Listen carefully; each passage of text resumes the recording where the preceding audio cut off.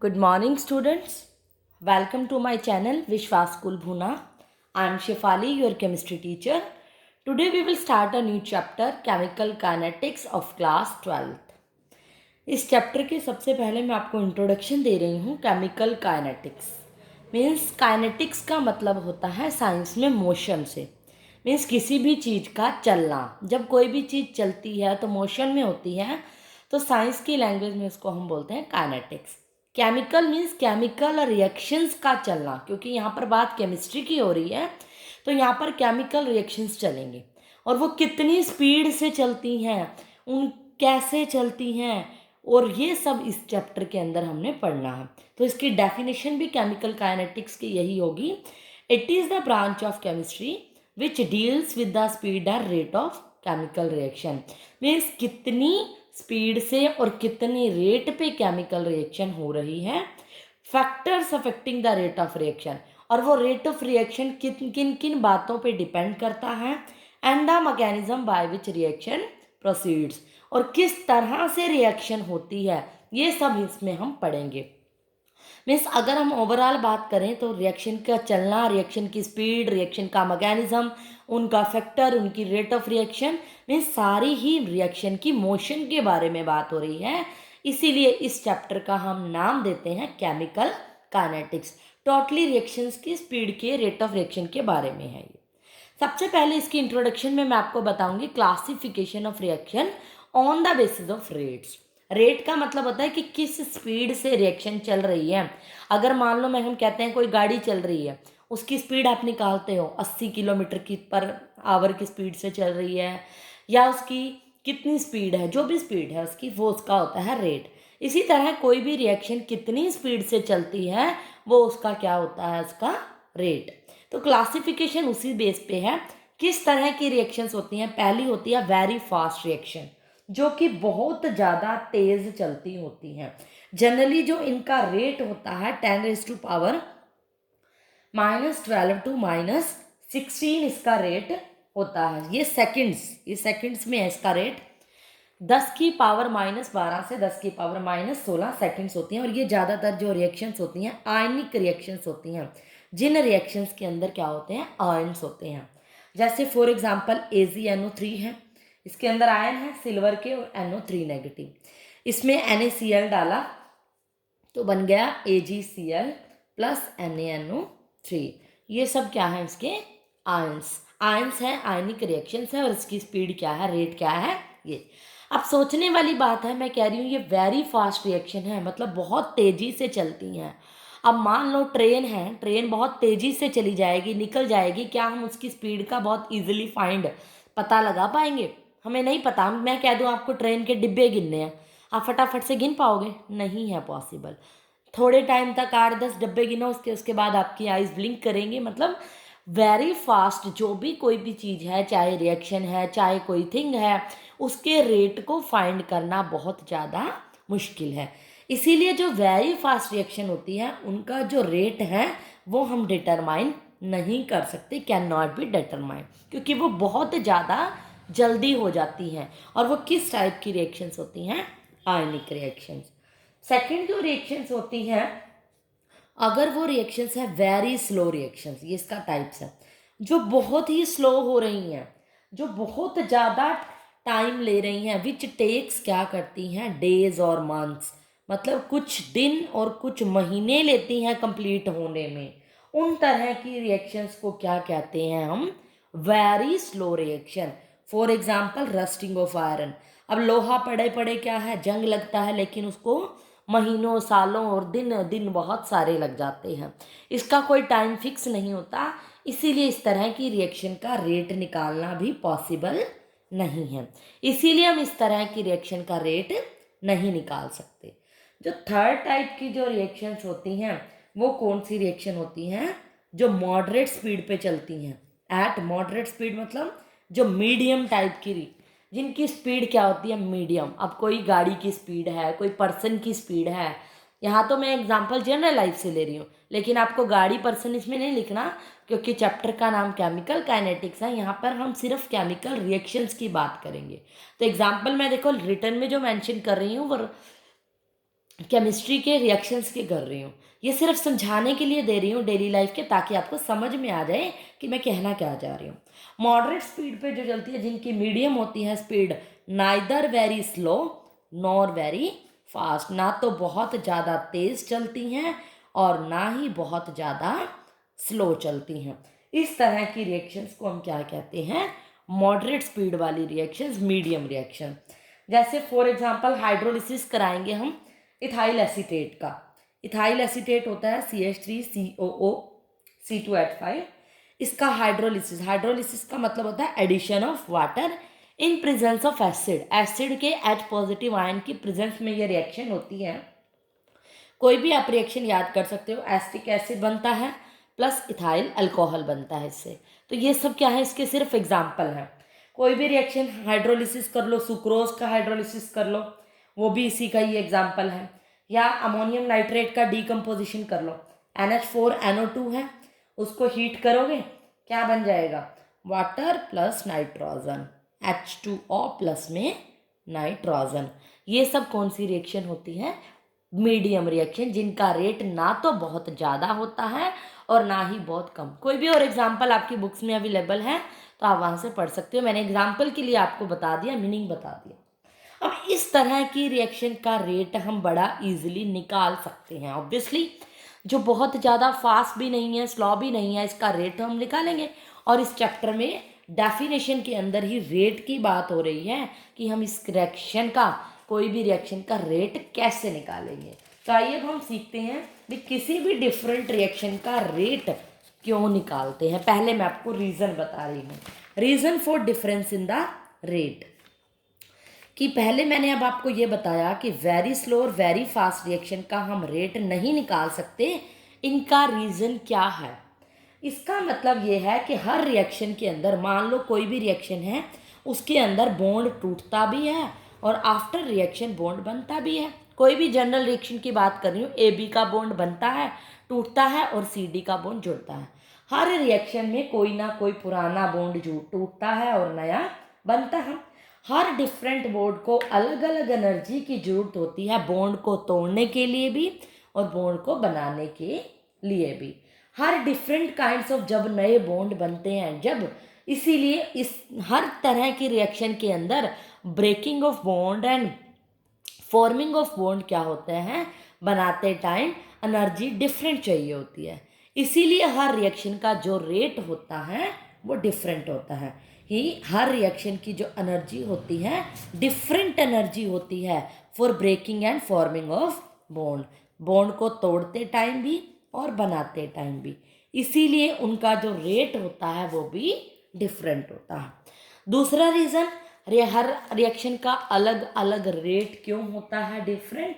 Another reason ये है कि उनका एक्टिवेशन एनर्जी डिफरेंट होती है। अगर आपको दो रीज़न पूछे जाएं, एक्टिवेशन एनर्जी भी एक एनर्जी है जिसका डिस्कशन इस चैप्टर के ऑलमोस्ट एंड में हम करेंगे, कि उनकी एनर्जी डिफरेंट होने की वजह से हर रिएक्शंस का रेट भी डिफरेंट होता है। अगर क्वेश्चन पूछा जाए what are the reason for the difference in the rate, reactions का अलग अलग रेट क्यों होता है?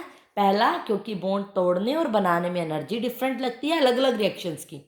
दूसरा रीज़न, उनकी एक्टिवेशन एनर्जी क्या होती है, डिफरेंट होती है, इसीलिए रेट ऑफ रिएक्शन भी डिफरेंट होता है।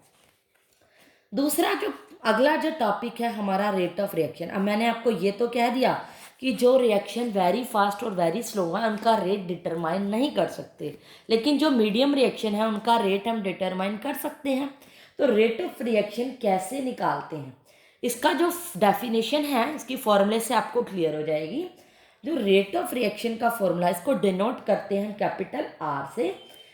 किसी भी रिएक्शन, मान लो कोई भी हाइपोथेटिकल रिएक्शन लिया जिसमें रिएक्टेंट कन्वर्ट हो रहे हैं प्रोडक्ट में, R गिव्स अस P, मतलब रिएक्टेंट से प्रोडक्ट बन रहा है। कोई भी मैंने रिएक्शन ली, उसका रेट ऑफ रिएक्शन निकालने का फॉर्मूला होता है decrease in concentration of R upon में टाइम इंटरवल।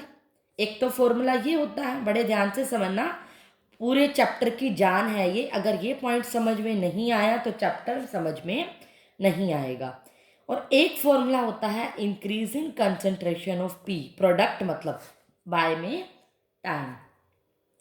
अब इसका क्या मतलब है, अब देखो जब भी कोई रिएक्शन होगी तो रिएक्टेंट की ऑब्वियसली, मान लो क्या होगा, कोई भी रिएक्शन होगी तो ऑब्वियसली रिएक्टेंट की कंसंट्रेशन घटेगी, कम होगी, तभी तो प्रोडक्ट बनेंगे।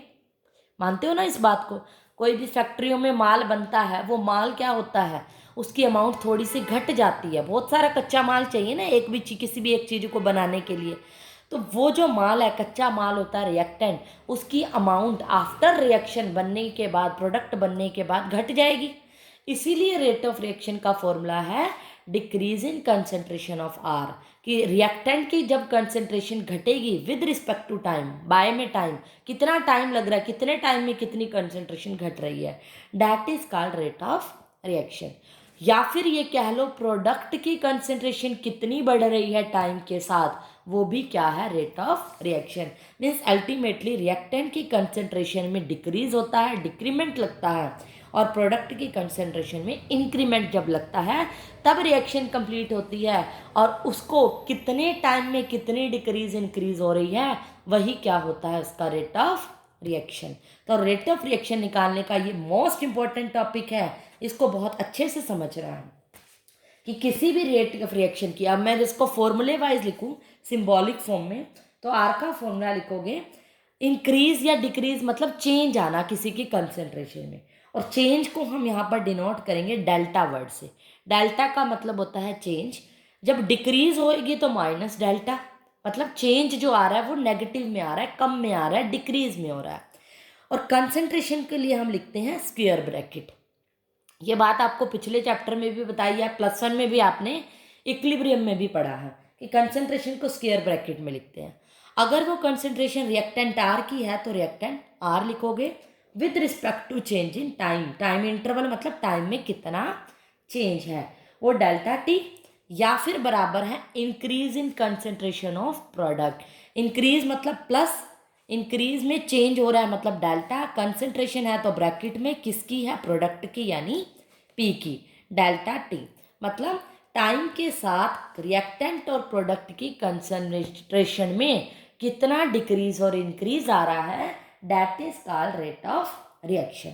अब मैं आपको एक एग्जांपल देती हूँ, मान लो मैं आपको रिएक्शन देती हूँ, अगर आपको कहती हूँ कि इसका रेट ऑफ रिएक्शन निकालो, मीन्स कोई रिएक्शन है A plus B gives us C plus D, तो आप रेट ऑफ रिएक्शन कैसे निकालोगे, देखो रिएक्टेंट ये है, इसकी कंसेंट्रेशन में डिक्रीज आना डेल्टा ए बाय में डेल्टा टी, रिएक्टेंट और क्या है, बी भी तो रिएक्टेंट है, तो माइनस डेल्टा बी बाय में डेल्टा टी। और प्रोडक्ट की कंसेंट्रेशन में इंक्रीज आना, प्रोडक्ट कौन है, सी और डी, वो क्या, उनके आगे मैं प्लस का साइन ही लगा रही हूँ, या कुछ भी ना लगाओ एक ही बात है।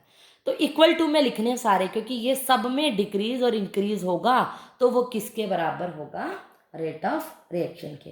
तो कोई भी हो सकता है, एक ही जगह मान लो कोई रिएक्शन है PCl3 PCl5, तो उसकी जगह आप वो लिख दोगे। ये जनरल एग्जांपल दिया मैंने, एग्जांपल दे देती हूँ, मान लो ये जनरल था, PCl5 gives us PCl3 plus Cl2, तो रेट ऑफ रिएक्शन क्या करोगे, डिक्रीजिंग कंसेंट्रेशन ऑफ रिएक्टेंट मतलब PCl5 बाय में delta T, change in concentration of PCl3 by में delta T, change in concentration of Cl2 by में delta T, यानी इनकी concentration में इंक्रीज और इसकी डिक्रीज, ये क्या होगा, रेट ऑफ रिएक्शन। अगर शॉर्ट में बात कर रखी है हमने फॉर्मूले की, तो क्या होगा, कंसेंट्रेशन वाला, ये वाला कंसेंट्रेशन बाय में टाइम। अब बात आती है इसकी यूनिट की, जब भी किसी क्वांटिटी की आप बात करते हो तो उसकी यूनिट भी पढ़ोगे, unit of rate of reaction यानी आर की यूनिट क्या होगी। अगर मैं जनरल फॉर्मूला देखूं तो इंक्रीज या डिक्रीज होना होता है कंसेंट्रेशन में विद रिस्पेक्ट टू टाइम, यही होता है। अगर कंसेंट्रेशन की बात करूं, या आपने सॉल्यूशन चैप्टर में पढ़ा है, कंसेंट्रेशन की यूनिट होती है मोल्स पर लीटर, राइट। और हमने ये बात भी पढ़ी है कि जब भी हम न्यूमेरिकल्स की बात करते हैं तो टाइम या टाइम की जो यूनिट होती है वो सेकंड में होती है, यानी इसकी यूनिट मैंने ऊपर लिख दी कंसेंट्रेशन की, मोल्स पर सेकंड, चाहे वो इंक्रीज है चाहे डिक्रीज है, रहेगी तो कंसेंट्रेशन, टाइम की यूनिट क्या रहेगी, सेकंड, तो इसकी यूनिट क्या हो गई, मोल्स पर लीटर पर सेकंड। अगर मिनट में है टाइम तो यूनिट चेंज कर लोगे, मोल्स क्या हो जाएगी, moles litre inverse minute inverse. ऐसे भी लिख सकते हो इन्वर्स करके भी, सेकंड बाय में भी लिख सकते हो, एक ही बात है, मतलब इसका यही है, ये और लिखा है मैंने। तो ये सेकंड में अगर टाइम है तो ये मिनट में है, तो ये डिपेंड करेगा रिएक्शन में, फॉर्मूले के अंदर, न्यूमेरिकल के अंदर आपको क्या दिया है टाइम, अगर सेकंड में दिया है तो यूनिट ये रहेगी, और मिनट में दिया है तो यूनिट ये रहेगी। ये थी हमारी यूनिट। अब आपको रेट ऑफ रिएक्शन के बारे में तो समझ आ गया होगा। इसी तरह की एक जो टर्म है वो नई है, एवरेज रेट और इंस्टेंटेनियस रेट। एवरेज रेट क्या होता है, मतलब किसी भी रिएक्शन का एवरेज रेट, नाम से ही पता चल रहा है ये कोई बहुत ज़्यादा इंपॉर्टेंट टर्म नहीं है, जैसे इसका फॉर्मूला डेफिनेशन पूछ लेता है, इसका कोई बहुत ज़्यादा यूज़ नहीं है। ज़्यादा रेट ऑफ रिएक्शन था जो मैंने भी टॉपिक कराया था, जो इसकी यूनिट है वो भी मोस्ट इंपॉर्टेंट है, इसकी यूनिट पे बहुत ज़्यादा क्वेश्चन आते हैं, तो ये इसको अच्छे से याद कर लोगे। जो एवरेज रेट है इसके बारे में भी बता देती हूँ। ऑब्वियसली हर किसी भी रिएक्शन का जो एवरेज होगा टाइम, कि कितना एवरेज लग रहा है, वो भी क्या होगा, रिएक्शन का रेट की डेफिनेशन तो वही रहेगी, decrease in concentration of reactant bye में प्रोडक्ट। तो क्या आ जाएगा उसका फॉर्मूला, यही रहेगा। मान लेती हूँ अगर किसी भी रिएक्शन का जो एवरेज रेट है, मान लेती हूँ कि कितना इंक्रीज या कितना डिक्रीज हो रहा है, इसको आप ये भी लिख सकते हो डेल एक्स बाय में डेल टी, मतलब किसी भी रिएक्शन का कोई भी चेंज आना वो रिएक्शन पे डिपेंड कर रहा है क्या होती है। क्लियर। ये जो फॉर्मूले बनाए ना मैंने, change in concentration of reactant या प्रोडक्ट, ये according to law of mass action होता है। एक लॉ ऑफ मास एक्शन भी यही कहता है कि concentration with respect to time. तो इसके बारे में आपको कई बार आपको बुक में ये वर्ड देखने को मिल सकता है कि लॉ ऑफ मास एक्शन के अकॉर्डिंग ये कहा जाता है कि रिएक्शन कंसेंट्रेशन ऑफ रिएक्टेंट और प्रोडक्ट की कंसेंट्रेशन पे डिपेंड करती है। तो लॉ ऑफ मास एक्शन लगाया गया है ये, उससे हमने एक फॉर्मूला बना दिया रेट ऑफ रिएक्शन का। ये टर्म थी एवरेज रेट के बारे में, मतलब किसी भी रिएक्शन का एवरेज रेट हम कैसे निकालते हैं। एक निकालते हैं हम इंस्टेंटेनियस रेट। इंस्टेंटेनियस, देखो डेफिनेशंस क्लियर कर रही हूँ, बेसिक चीज़ें खत्म हो जाएंगी आज। इंस्टेंटेनियस रेट नाम से ही पता चल रहा है, इंस्टेंट का मतलब होता है एक पर्टिकुलर टाइम पे रिएक्शन होना।